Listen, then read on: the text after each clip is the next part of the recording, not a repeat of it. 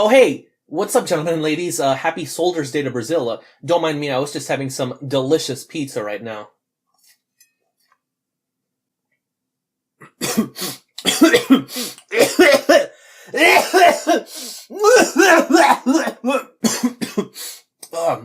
Sorry about that, guys. I guess it seems that, like my favorite RPG company, Square Enix, I might have bitten off a little more than I could chew.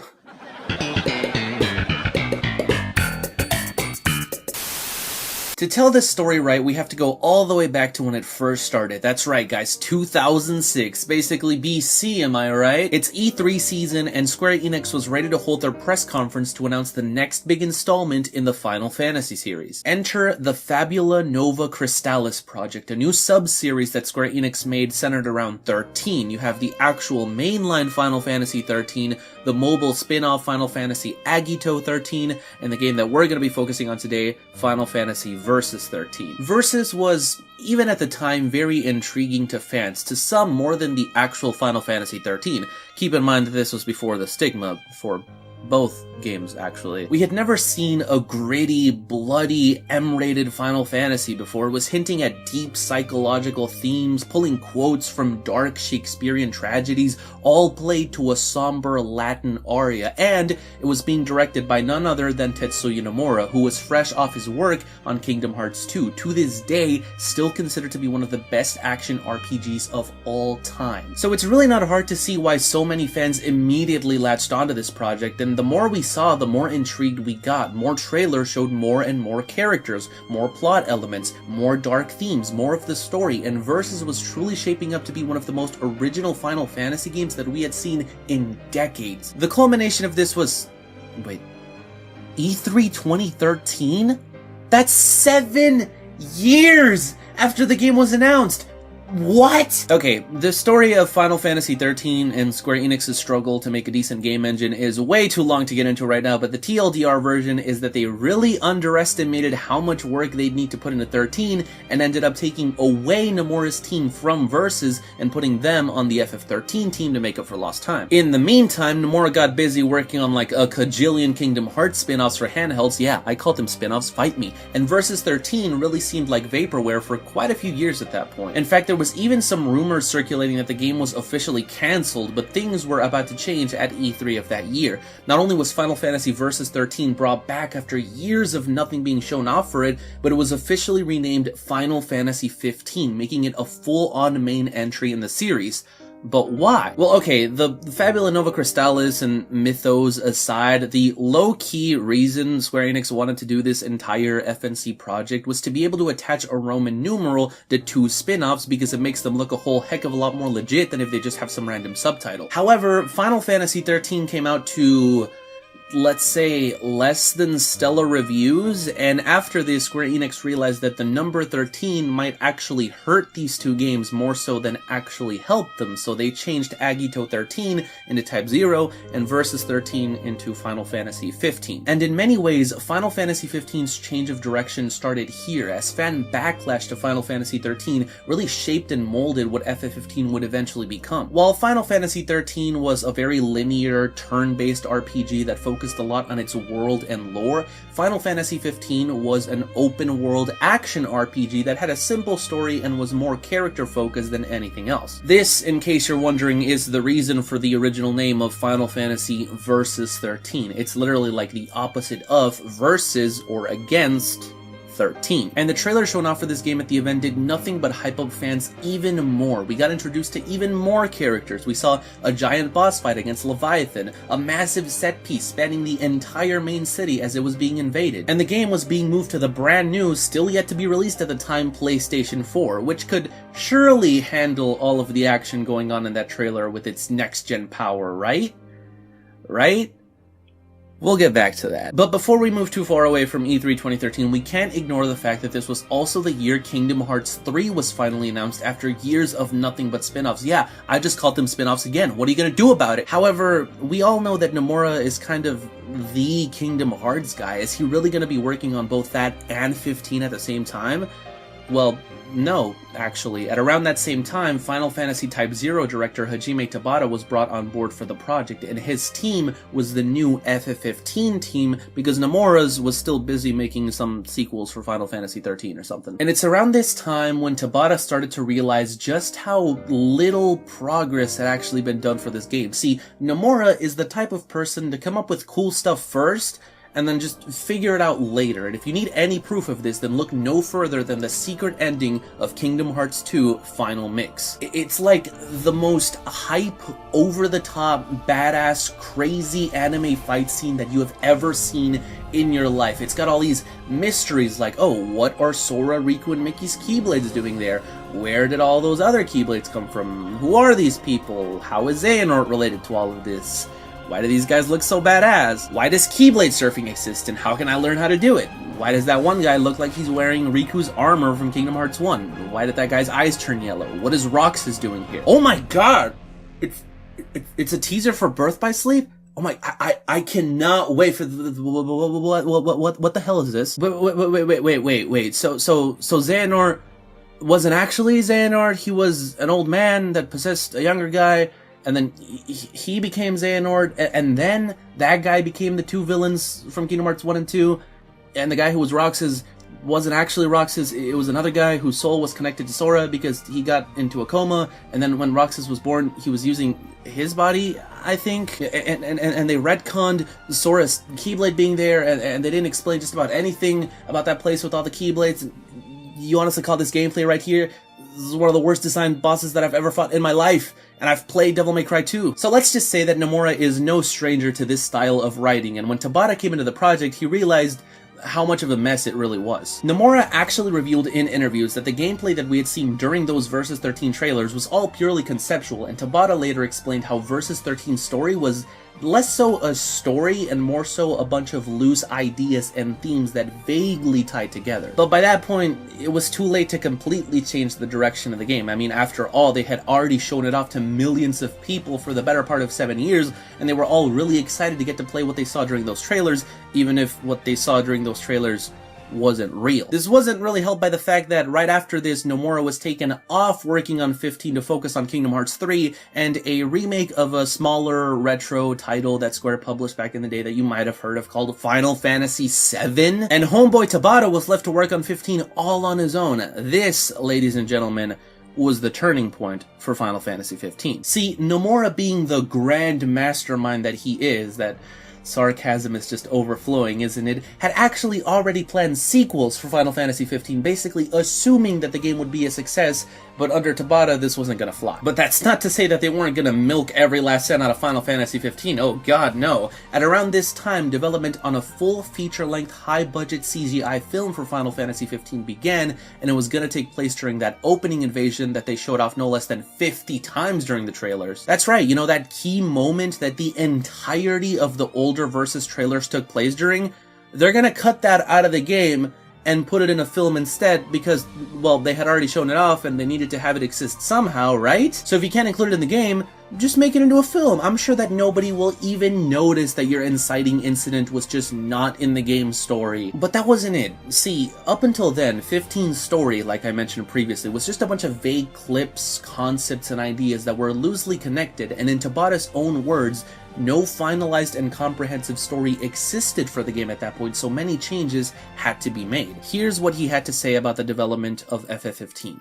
It's not been without some stress. That will always be there, whatever you make, because of the fans' expectations. They're so high for this game, and that does weigh on us when it comes to working out the best ways forward. But once again, fans had already seen those trailers, they had already seen those characters, and they were expecting them to come out in Final Fantasy XV. Characters like the Dragoon Lady, the Hooded Man, the Bald Guy, the Black-Haired Woman, the guy in the armor, even though the story was going to change drastically and didn't necessarily fit God knows whatever role they were going to play back in Versus, they knew that they needed to include these characters in the game in some way, shape, or form because people had already seen them, and they were expecting them, even if it was at the cost of their own narrative. And so they were shoehorned in the game in any way that they could be. If you guys recall, some of the old promotional material for the game showed off 5 party members, including the main 4 from the final game, as well as Core. But in FF15, He only shows up once at the beginning of the game and then doesn't do much else outside of that. The bald guy Versteel showed up in literally one cutscene in the entire game right at the beginning and then is never seen again in the main game. And the Emperor of the Empire, seemingly a very important and key part of this whole political situation, only shows up in that same scene as well and then is killed off screen. Noct's dad, Regis, who was originally portrayed as some kind of like Yakuza who ruled the kingdom through force, is in the opening scene and then he's killed during the movie. The character of Stella, who was supposed to be Noct's childhood friend who had to turn against him to protect her people for the sake of getting the crystal, was turned into Luna, who we only ever see in a few flashbacks before she finally shows up, only to get killed. The hooded man was turned into the completely different character of Reva, stripped of his magical glyph powers, and I'm pretty sure his outfit doesn't even have a hood whatsoever. The armored guy who turned out to be Glauca didn't even show up in the game and was relegated to be one of the villains for the movie. And the black-haired woman turned out to be Gentiana, who does absolutely nothing throughout the entire game up until you find out that, oh, she was totally Shiva all along, because that makes perfect sense. And every single one of these characters was absolutely wasted and did not need to be in this game whatsoever, but oh, they just had to be included because the fans wanted them, because they were hyped to see them and see their stories play out. Which only begs the question, which would fans be more disappointed with? A bad story with the characters that they wanted to see, or a good story without all the characters that they wanted to see? I guess we'll never truly know the answer, but this was only the beginning of the problems for Final Fantasy XV. Whether it be because of a lack of faith in his own directing abilities, the fact that this was his first major game within the company, the fact that there was a lot at stake with this game, or maybe just because of his own personality, Tabata took every chance that he got to get feedback straight from the fans. He showed the game off during development constantly. I'm talking every few weeks minimum. He would make reports showing the progress and development. He would go to conventions and press shows with the game to get player feedback. They would always be showing off new features and new things added to see what fans thought. They would release demos and have fans fill tons and tons of surveys of what they wanted to see in the game. Because Tabata kind of has this reputation of wanting to please everybody. He wanted this to be the be-all, end-all FF, and to bring back Square Enix fans after losing their trust back in Final Fantasy XIII. But because of this, they were really ambitious with Final Fantasy XV.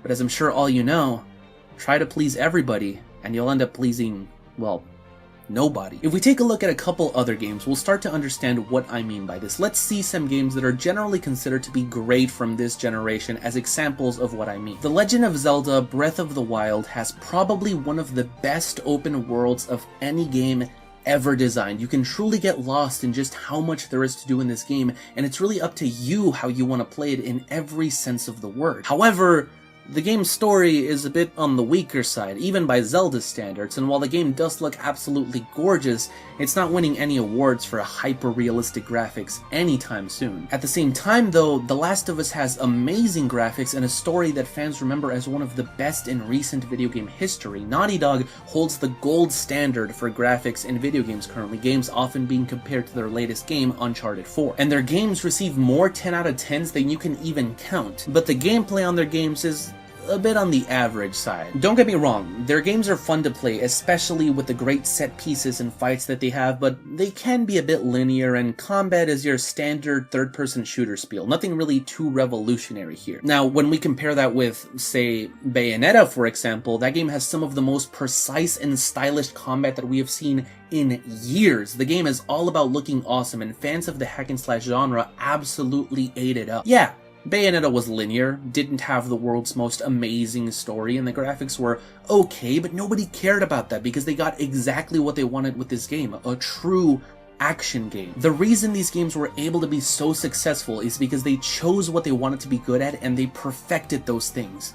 Now let's take a look back at Final Fantasy XV. They wanted to have the amazing graphics, and the in-depth combat, and the big set pieces, and the huge open world, and the deep story, and they wanted to please the everyday casual Western gamer, as well as the old-school Final Fantasy fans, and the Japanese turn-based players, and you really end up with a game that just barely scratches the surface of, well, all of these. It does have the good hyper-realistic graphics, but let's face it, those are a dime a dozen these days with AAA games. The action RPG combat isn't as in-depth as Square Enix's own Kingdom Hearts 2 from over 10 years earlier and can be exploited very easily. The game does have a huge open world, that feels empty and repetitive with barely anything actually interesting to do. The game did have a deep story, one that's barely told to us in the game itself and requires like 50 spin-offs to understand, and an ending that came out of nowhere and needed further explanation for most people. Many old school FF fans and turn-based players were turned off with the game's action combat, so they simplified it and added modes to make it easier for them.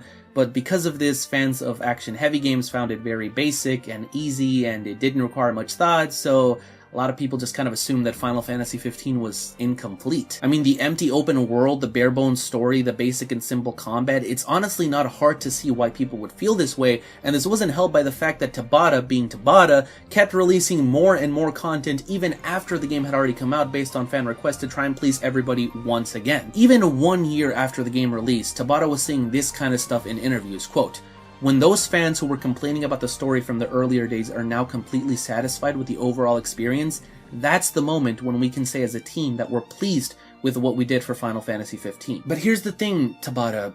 Fans have been pleased with Final Fantasy XV for a while now, yet you're still releasing more content into 2019, and all of those people that absolutely hated this game and tore it to shreds, they left already. In fact, only a couple months after 15 released, we hit a huge block of major game releases. Those people that wanted an open world game got Zelda and Horizon. Those that wanted an in-depth story and old school RPG feel played Persona 5. Those that wanted a deep action RPG combat system got Nier Automata.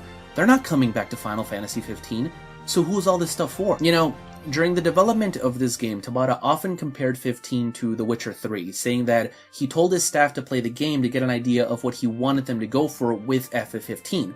But I honestly feel like they completely missed the mark on that. With games like The Witcher, quests always have a reason and purpose. Often they add lore, tell you more about the world, about a certain character or region. Players are genuinely invested in seeing what lies at the end of these quests, even if they can be fetch quests sometimes. But in Final Fantasy XV, are you truly invested in saving the 50th guy who you see stranded on the side of the road? Do you really care what happens if you get this chef the rare ingredient from halfway across the continent? Chances are, no. You have this list of quests and you're doing them one by one, not because you're interested in the story or because they give you a great reward. No. You're doing them because they're there. Because I guess that's what you're supposed to do in these open world games, right? Here's what Tabata said, quote, "The biggest takeaway that we got from creating an open world Final Fantasy game is that we understand why the big Western developers that make these massive open world games require that much manpower. For FF15, we made a lot of progress from a technological standpoint. We were able to push the boundaries, but we also streamlined our internal process to keep up with that pace. Looking back, there's still a lot to look back on, what we were lacking in experience in and what we didn't have knowledge for. But there was still a lot that we were able to see and were aware of to make good progress on. When it comes time to work on our next project, taking everything we did, we're going to do it even bigger and better when that time comes." So what they're essentially saying is like, yeah, Final Fantasy XV may have fallen short in just a few of its aspects because it was too ambitious, but don't worry guys, when Final Fantasy XVI comes out, it's going to be even bigger and better in every way, and that game will truly please everybody, unlike 15. It's almost as if they learned absolutely nothing.